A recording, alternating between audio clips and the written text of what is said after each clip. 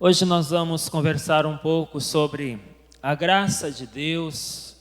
Nós estamos num momento em que muitas pessoas novas, no sentido assim de estão buscando a Deus nos últimos momentos, últimos meses.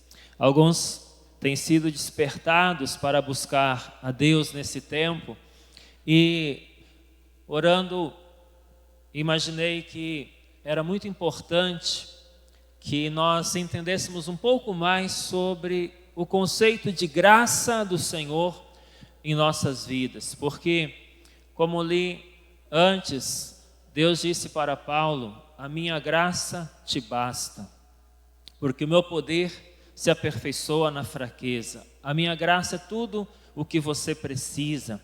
Eu leio um outro texto em Hebreus 13:9, onde diz: não vos deixeis envolver por doutrinas várias e estranhas, porquanto o que vale é estar o coração confirmado com graça. Olha que palavra linda.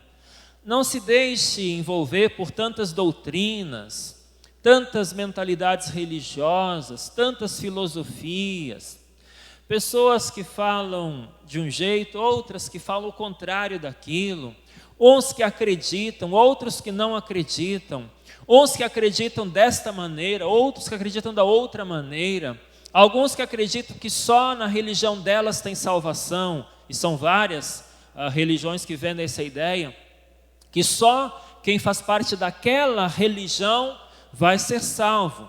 Tem grupos bem grandes, grupos menores que creem assim, são os chamados dentro da teologia dos exclusivistas. Os exclusivistas são aqueles que, de certa maneira, falam assim: só quem participa do nosso clube vai para o céu. Quem não faz parte do nosso clube religioso não vai para o céu, porque nós somos muito especiais e ninguém tem o que nós temos, só nós temos, acesso à salvação. Isso muitas vezes vem de um líder. Muitas vezes o líder fundador daquela religião começou a vender essa ideia, que só a partir do que Deus falou para aquele líder, aquela religião então era a única representação de Deus na terra. Então, mentalidades como estas confundem a gente. E Paulo diz: olha, não vos deixe envolver por doutrinas várias e estranhas. Várias e estranhas. Porque o que importa é o coração estar confirmado com graça. O que importa para Paulo? Importa que eu seja desta religião, daquela religião, importa que eu... O que é que importa? Importa é que no meu coração eu esteja confirmado com a graça do Senhor. Eu entenda o que é a graça do Senhor. Eu entenda me mover na graça do Senhor. Que eu entenda como responder à graça do Senhor. Isso é o que importa. Não é tão importante o nome da igreja, o nome da religião. Não é tão importante isso. O que importa é o coração confirmado com graça. E isso nós vamos entender um pouco mais hoje. O que significa esse coração confirmado com graça? Primeiro eu gostaria de dizer que há duas correntes bem distintas sobre a graça. Primeiro, todos os teólogos, de certa maneira, acreditam, entendem que todos nós precisamos da graça do Senhor. A Bíblia é bem clara ao dizer que nós caímos em Adão, o ser humano caiu em Adão e fomos destituídos da glória do Senhor. E todos nós carecemos, e todos nós necessitamos da graça do Senhor. Entre todas as doutrinas cristãs, eu poderia dizer que nisso todas concordam. Luteranos, evangélicos, batistas, pentecostais, católicos, os cristãos no geral, todos concordam que nós precisamos da graça do Senhor na nossa vida. Todos concordam, de certa maneira, que nós, os seres humanos, pecamos e precisamos do perdão. Ninguém é perfeito, todos nós precisamos do perdão e da graça do Senhor. Nisto, todas essas doutrinas e religiões concordam. O que discordam então falo de duas correntes principais sobre a graça do Senhor. E a graça envolve a salvação e recebermos as coisas de Deus. Uma doutrina, ela vem principalmente de Calvino e chama a doutrina calvinista. E essa doutrina traz uma ideia de uma graça irresistível de Deus. Essa graça irresistível seria mais ou menos assim, que Deus na terra escolheu algumas pessoas para serem salvas, e outras vão para o inferno. E as que Ele escolheu para serem salvas, elas não podem resistir à graça. Cedo ou tarde, ela vai se converter. Isto é, tem a ideia de que Deus estabeleceu uma espécie de acepção de pessoas. Alguns Ele escolheu para serem salvas, predestinou para serem salvas, e outras Ele predestinou para irem ao inferno. E essas que foram predestinadas para irem ao inferno, a graça nunca vai atingi-las para a salvação. Então essas pessoas, segundo essa teologia, a teologia calvinista, elas já nascem, desde bebezinho, elas já nascem para ir para o inferno. É uma doutrina que é bem estranha, mas existe muitos na terra, grandes igrejas na terra, que acham que essa doutrina é válida. E muitos então seguem essa doutrina, a doutrina da graça irresistível. Essa doutrina então, ela traz uma ideia de que Deus vai, por sua própria vontade, separar aqueles que Ele vai distribuir essa graça e aqueles que não vão receber essa graça. A outra doutrina, ela é chamada de arminiana, né? É que vem de um homem chamado Armínio, e que entende diferente a graça, e essa é a maneira que nós entendemos. Ele entende que a graça é universal, ela não foi dada apenas para um grupo de pessoas, mas ela foi dada por Deus a todas as pessoas. E sendo assim, todas as pessoas da terra podem ser salvas. Todas as pessoas da terra que quiserem, que aceitarem a graça de Deus, elas podem ser salvas. Todavia, elas só não são salvas se elas não fizerem a parte que lhes cabe nessa graça, né, na graça de Deus. Então, a graça que traz salvação para todos, se as pessoas responderem a essa graça, a graça que é apenas para um grupo exclusivo. Agora, nós crescemos dentro de uma cultura religiosa que não ficou claro para nós nem uma coisa nem outra. Quem vem das grandes religiões do Brasil aí, se eu perguntar para você que veio dessas grandes religiões do Brasil, o que a tua religião falava sobre isso?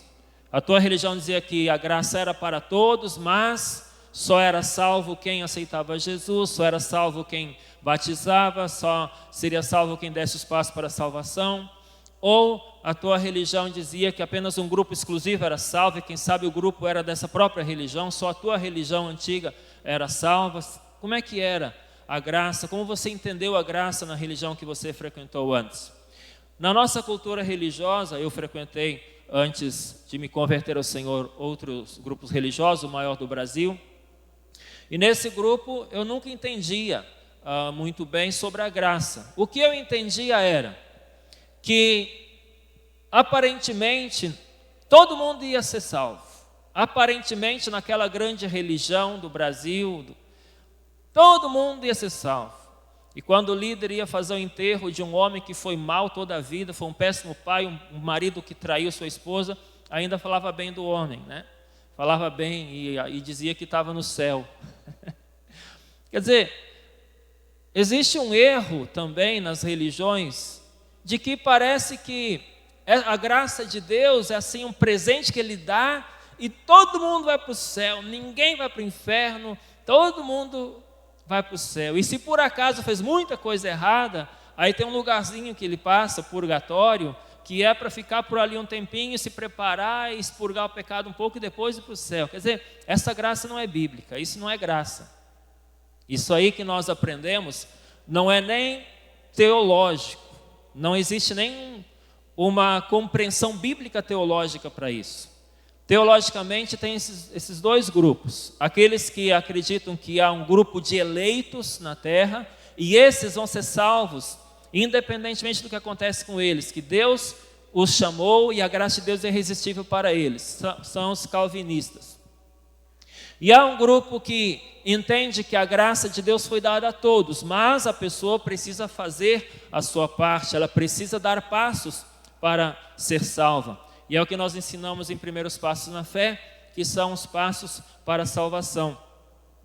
Então, Paulo diz aqui que não se deixem envolver por doutrinas várias e estranhas. O que importa é o coração confirmado com graça. E aí vamos caminhar um pouco nessa direção. Nós cada vez temos mais coisas para fazer. Nós já tínhamos muitas coisas para fazer. Agora vem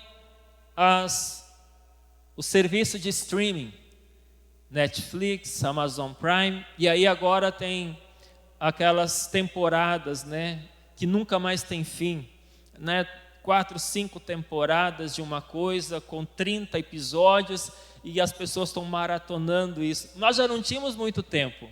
Agora com isso, então, meu amigo, que tempo sobra para buscar a Deus, ler Bíblia, com toda essa distração, além de todas as redes sociais e tudo mais. Quer dizer, nós já tínhamos pouco tempo para buscar a Deus. Agora parece que tem mais e mais e mais coisas para fazer. Mas o fato é que nós temos muitas coisas, nós precisamos priorizar algumas que são mais importantes. Nós corremos o risco de fazermos muitas coisas e não priorizarmos aquilo que tem a ver com a graça do Senhor. Efésios 2,8 diz: porque pela graça sois salvos, mediante a fé. Pois pela graça sois salvos, mediante a fé. Veja que tem a graça de Deus oferecida, mediante a fé. Então nós ensinamos nos primeiros passos que o primeiro passo para a salvação é fé. Mas, como eu já dizia, na cultura religiosa que nós crescemos, parece que mesmo aquelas pessoas que nunca vão à igreja, que não manifestam fé nenhuma, ou que vão na igreja só para batizar alguém, para o casamento de alguém, ou para o Natal ou Páscoa, todos eles têm fé e vão para o céu. É o que nós entendemos na nossa cultura religiosa. Primeiro passo, a graça de Deus foi ofertada a todos, mas as pessoas precisam ter fé. Pela graça sois salvos, não de graça, não é no sentido assim, ok, Deus me salvou, não preciso fazer nada. Não, é mediante a fé. Você tem fé? Então a graça é ativada na tua vida. Você não tem fé? Então essa graça está em stand-by na tua vida. Você não ligou, você não conectou com a graça de Deus. Pela graça sois salvos mediante a fé. Romanos 10,9 diz: se você disser com a sua boca, Jesus é Senhor, e no teu coração crer que Deus o ressuscitou dentre os mortos, então você será salvo. Primeira coisa que eu preciso entender sobre graça de Deus é que Jesus é a manifestação corpórea da graça de Deus na terra. Jesus é a manifestação da graça de Deus, é a primeira manifestação da graça de Deus. É Jesus quem veio nos ofertar a salvação, é pela morte dele na cruz que nós somos salvos. Então a graça de Deus, Jeová, o Yahvé, não estaria completa para nós cristãos, ou mesmo para os judeus, ou para a terra, se não fosse por intermédio do Senhor Jesus. Porque Jesus veio para cumprir o projeto de Deus e Ele nos oferta a graça. Pela graça sois salvos mediante a fé. E a fé está encarnada em Jesus. A fé está encarnada em Jesus. É importante entender e aplicar o conhecimento da graça de Deus à nossa vida. Se eu recebo Jesus como meu Senhor e Salvador, eu estou dando passos em direção a esta graça. Agora imagine, Deus planejou salvar o homem de todo o erro que aconteceu desde Adão até a sua vida. Deus envia Jesus Cristo, seu único filho, para morrer pelos pecados da humanidade. E a pessoa entende que a graça de Deus salva todo mundo, não importa o que faça, e a pessoa nunca se dá o trabalho de saber mais sobre Jesus, nunca dá um passo de aceitar Jesus como Senhor e Salvador, nunca dá um passo para mudar a sua vida, mas acha que vai ser salvo. A graça de Deus não é algo como o caso da mãe Joana. Tem regras, existem princípios, existe maneira de se viver debaixo da graça do Senhor. Não é de qualquer jeito. É preciso escolher. Segundo eu falava na visão calvinista, o homem não tem livre-arbítrio. Isto é, se a graça é irresistível e Deus elegeu umas pessoas para serem salvas e elas não podem resistir a essa graça, logo elas não têm livre-arbítrio, porque elas serão obrigadas durante a sua vida a aceitar aquela graça. E quem não é alvo da graça de Deus para a salvação, a graça salvífica, mesmo que ele queira ir para a igreja buscar a Deus, não vai adiantar, porque ele está predestinado a ir para o inferno. É isso que significa esta visão calvinista. Então, nós temos o livre-arbítrio.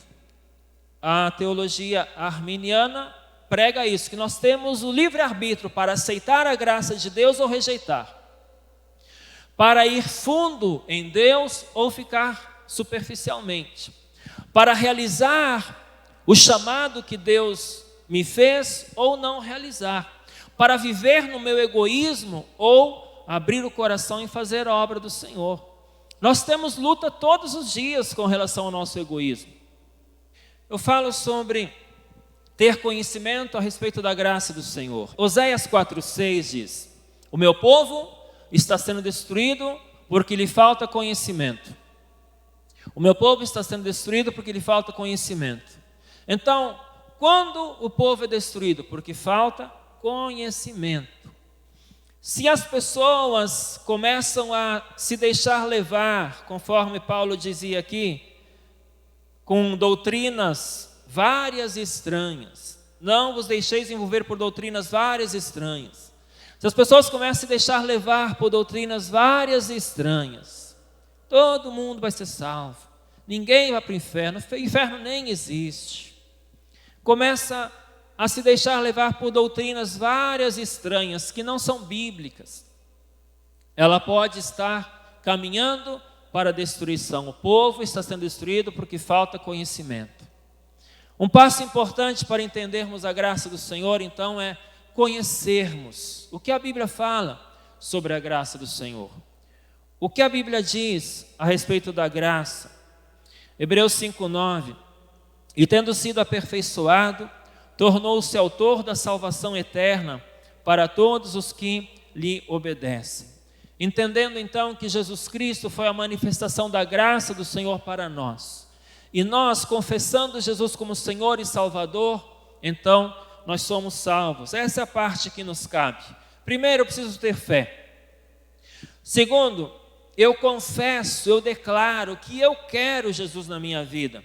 É o que fala então em Romanos 10,9: se você disser com a sua boca, Jesus é Senhor, e no seu coração crer que Deus ressuscitou Jesus, você será salvo. É um conhecimento importante. Quem é salvo então? Quem é atingido pela graça do Senhor? Quem é atingido pela graça do Senhor? Primeiro, aquele que crê em seu coração e confessa com a sua boca. Crê em seu coração e confessa com a sua boca. É algo parecido como você se apaixonar por alguém. Digamos que você se apaixone por alguém, e logicamente você não tem marido nem esposa, né? Você está disponível no mercado e você se apaixona por alguém. E está aqui dentro, no teu coração, que você gosta dessa pessoa. Mas se você não verbalizar, ou não mandar um texto, se você não mandar um presente, se você não comunicar esse amor que você tem por essa pessoa, você poderá nunca usufruir da presença dela, porque ela não vai saber, ela vai seguir o seu caminho, se envolver com outra pessoa, quem sabe.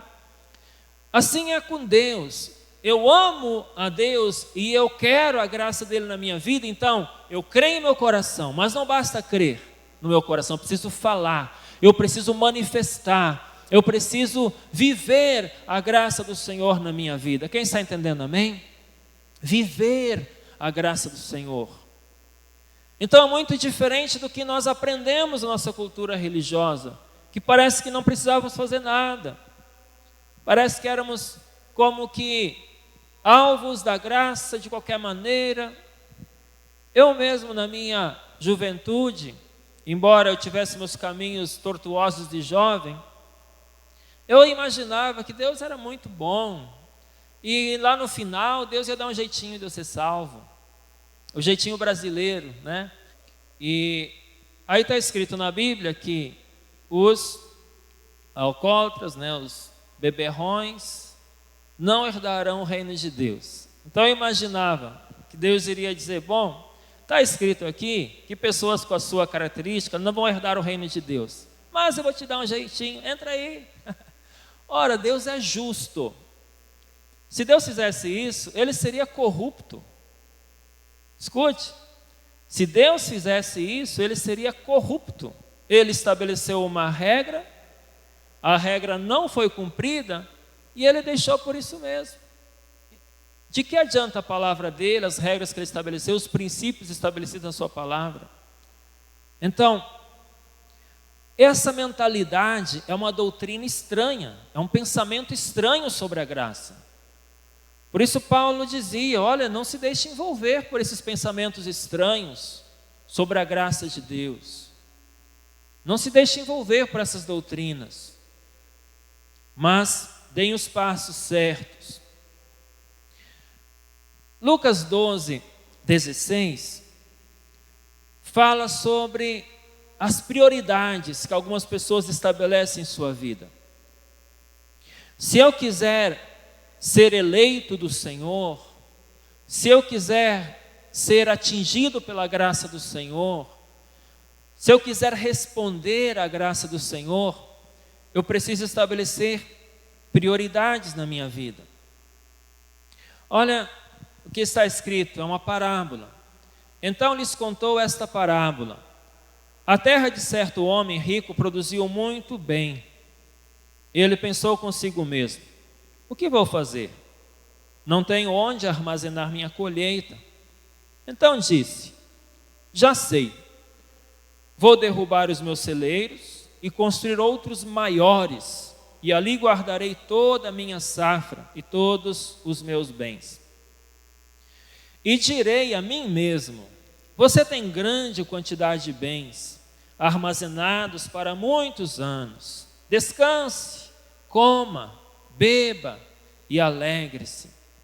Contudo, Deus lhe disse, louco, esta noite a sua vida lhe será exigida. Então, quem ficará com o que você preparou? Em outra tradução diz, louco, esta noite pedirão a tua alma. E para quem será? É alguém que priorizou as coisas dessa vida, priorizou o dinheiro, priorizou o seu conforto, priorizou estar com o seu celeiro cheio, priorizou as coisas deste mundo, mas não priorizou aquilo que tem a ver com a graça do Senhor.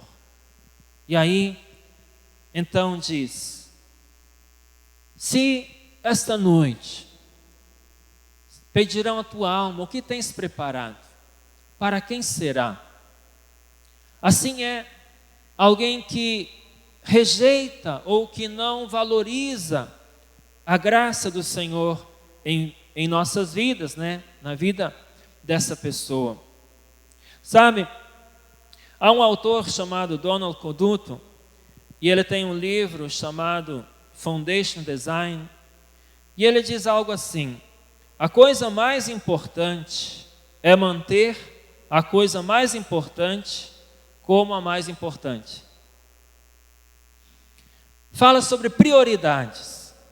A coisa mais importante é manter a coisa mais importante como a mais importante. E não colocar a coisa mais importante em último lugar. E não colocar a coisa mais importante em terceiro lugar. Se buscar a Deus, se buscar o reino de Deus, a sua justiça, né, é algo que precisamos colocar em primeiro lugar, conforme Mateus 6,33. Em primeiro lugar, pois, busque o reino e sua justiça. Então isso é a coisa mais importante. Mas muitos na nossa cultura religiosa vão preocupar com os seus celeiros, com suas riquezas, com o trabalho, com renda, com melhorar a sua condição de vida, vão preocupar com o seu lazer, prazer. O homem dizia que eu vou me divertir, eu vou descansar. E o homem fala aqui de momentos assim de celebração. Eu vou curtir a vida, como muitos jovens falam. Eu vou curtir a vida, me alegrar. E Deus, último lugar, ou não tem lugar nenhum para Ele. A coisa mais importante é manter a coisa mais importante como a mais importante. Por quê? A tendência é nós colocarmos no topo do nosso coração as nossas ansiedades. Isto é, nós estamos ansiosos com um problema financeiro, por exemplo. Então aquilo está na nossa mente quando dormimos, quando acordamos, quando nós fazemos os nossos planejamentos na virada do mês, e aquilo está ocupando o primeiro lugar, né? O top da nossa mente direto. Ou nós estamos com um problema, seja de relacionamento, e acordamos e pensando naquilo, ou alguma frustração. É muito fácil uma frustração ou uma ansiedade ocupar o primeiro lugar em nossas vidas, e não a fé, e não o Senhor Deus, e não o planejamento que o Senhor fez para nós, mas a ansiedade, mas aquela sensação de depressão. Então, hoje nós estamos sendo convidados a entender um pouco mais sobre a graça do Senhor. Entender que Deus nos chama para colocar as coisas dele em primeiro lugar. É assim que eu respondo à graça do Senhor. Então, eu creio que Deus enviou Jesus para morrer na cruz por mim. Eu aceito o Senhor Jesus, eu confesso com a minha boca. Eu tenho fé, pela graça sois salvos mediante a fé. Não é mediante a falta de fé. Não é mediante o ignorar a fé. Não é mediante a qualquer outra coisa. Mediante a fé. Não é mediante a religião. Pela graça sois salvos mediante a religião. Não. Não é pela graça sois salvos mediante a igreja católica, mediante a igreja luterana, mediante a igreja essa ou aquela. Não. É pela graça sois salvos mediante a fé. Então o que importa é ter o nosso coração confirmado com fé. E não confirmado com religião. Eu brigo muito com a cultura religiosa porque ela está enganando milhões de pessoas. São milhões. Mais de 100 milhões de pessoas no Brasil estão sendo enganadas por uma visão de graça do Senhor que todo mundo vai para o céu. Mais de 100 milhões de pessoas que estão confiando que por fazer parte de uma religião, por pagar anuidade, por ter o seu nome ali como membro daquela religião, tudo está salvo, tudo está certo, toda a família está garantida com Deus. Pela graça sois salvos mediante a religião? Não. Pela graça sois salvos mediante a um pagamento à igreja? Não. Pela graça sois salvos mediante ter o carnê em dia? Não. Pela graça sois salvos mediante a fé. Diga graças a Deus. Eu sou um grande crítico à religião, porque Deus não nos chamou para sermos religiosos. A religião foi um principal problema que Jesus Cristo combateu.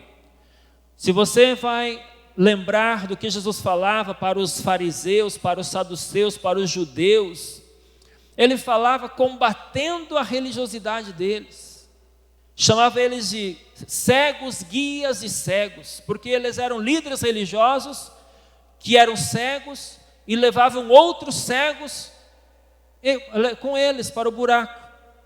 Assim, há muitos grupos religiosos no Brasil. São cegos, guias e cegos. Cegos, guias e cegos. Milhões de pessoas seguindo a mão de um cego, achando que ele vai guiar para um lugar bom. Eu sou crítico à religião nesse sentido. Lógico que dentro da visão sociológica eu sou religioso, mas eu, pessoalmente, a minha família e a maioria de nós aqui da rede apostólica, não somos religiosos. Nós temos uma vida com Deus. Nós vivemos uma vida com o nosso Pai. Nós falamos com o nosso Pai. Amém? Nós falamos com Deus. Os projetos de Deus nos guiam. Não é uma religião que nos guia. Não são credos religiosos que nos guiam. Não é o que fulano disse, um papa que disse. Não, é o que a Bíblia diz. É o que Deus diz para nossas vidas aqui e agora. A graça de Deus é algo para que possamos viver aqui e agora. Não confundir isso com religião. Não confundir com doutrinas várias e estranhas. Doutrinas várias e estranhas. Esse homem, citado aqui por Jesus nessa parábola, ele não priorizou as coisas de Deus. Ele não priorizou. Então, chega um momento em que Deus diz: ok, você viveu a sua vida, você estabeleceu suas prioridades, e agora? Para quem será a tua alma? E agora? Diante da tua vida, tudo que você viveu, como será o teu julgamento? Porque seremos julgados segundo nossas ações, mas principalmente se nós aceitamos ou não Jesus Cristo como Senhor e Salvador. E quem aceitou Jesus, depois vai ter uma espécie de julgamento que envolve galardão. Todos que aceitaram Jesus serão salvos. Mas a Bíblia fala sobre galardões, que alguns terão um tipo de galardão, um prêmio, um presente, outros serão outro tipo de galardão, outro tipo de presente. Paulo explica isso da seguinte maneira, que o fundamento é Cristo. Todos que são salvos têm o mesmo fundamento, que é Cristo, a pedra angular. Alguém aceitou a graça de Deus, entendeu o que eu estou pregando aqui, aceitou Jesus, graça de Deus, é salvo. Porém, muitos vão construir em cima deste fundamento algo como palha, uma casinha de palha, uma casinha de madeira, ou algo mais valioso, precioso. E aí diz que o tempo vai provar que tipo de construção nós fizemos em cima desse fundamento. Então esse é um outro tipo de julgamento. Não é um julgamento para ir para o inferno ou para o céu, mas é para saber se nós cumprimos com o nosso chamado, se nós respondemos bem aquilo que Deus nos pediu em termos de ministério, e então nós vamos receber o nosso galardão. E aí Paulo diz que o fogo vai passar e talvez tudo que vai sobrar para certas vidas é a salvação. Outros vão ter construído algo muito bonito em cima desse fundamento. Então, um é o chamado para a salvação. O outro é um chamado para desenvolver o teu ministério, aquilo que Deus te concedeu para que você fizesse. Mateus 11, 28 diz algo muito importante. Vinde a mim todos os que estáis cansados e sobrecarregados, e eu vos aliviarei. Aqui está dizendo o seguinte: venham a mim todos todos os que estão cansados. Venham todos. Mas algo bonito que li essa semana, e que não é novidade, mas é bom sempre ter acesso a informações assim, é que todos nós podemos chegar à graça de Deus como estamos, mas ninguém deve sair dali como chegou. Então muitos confundem essas coisas. Ah, mas Deus ama todos, não importa o que faça, não importa. Ok, venha para Jesus como você está. Mas não significa que você deva continuar como você está. Porque a graça de Deus, ela é transformadora. A graça de Deus transforma a gente. Quer um exemplo claro? Olhe para a vida de Paulo. Antes dele receber a graça do Senhor a caminho de Damasco, ele batia nos cristãos, prendia os cristãos, ele dava o seu voto para matar cristãos. No caso de Estevão, ele segurou a roupa do pessoal que apedrejava. Mas a graça de Deus o atingiu, e então ele foi transformado. De perseguidor, ele passou a ser o maior divulgador do Evangelho. Diga graças a Deus. Então, cuide com essa frase que parece muito lógica. Ah, Deus ama todo mundo, não pode haver discriminação, Deus não faz acepção de pessoas, ok? Venha para Jesus como você está. Seja bêbado, drogado, seja assassino, seja o comportamento que for, venha para Deus. Agora eu duvido de alguém que experimentou verdadeiramente a graça do Senhor e não foi transformado, e saiu dali igual, e saiu dali da mesma maneira. Possivelmente essa pessoa veio para uma religião e foi embora daquela religião, mas ela não se encontrou com a graça do Senhor. Quem está me entendendo, amém? Então, venha para Jesus como você está, mas a graça do Senhor vai te transformar. Ela vai transformar a sua vida. Há muitos exemplos bíblicos da graça de Deus transformando vidas. Um outro exemplo bem claro é o de Mateus, que escreveu isso. Mateus 11, 28, estou lendo.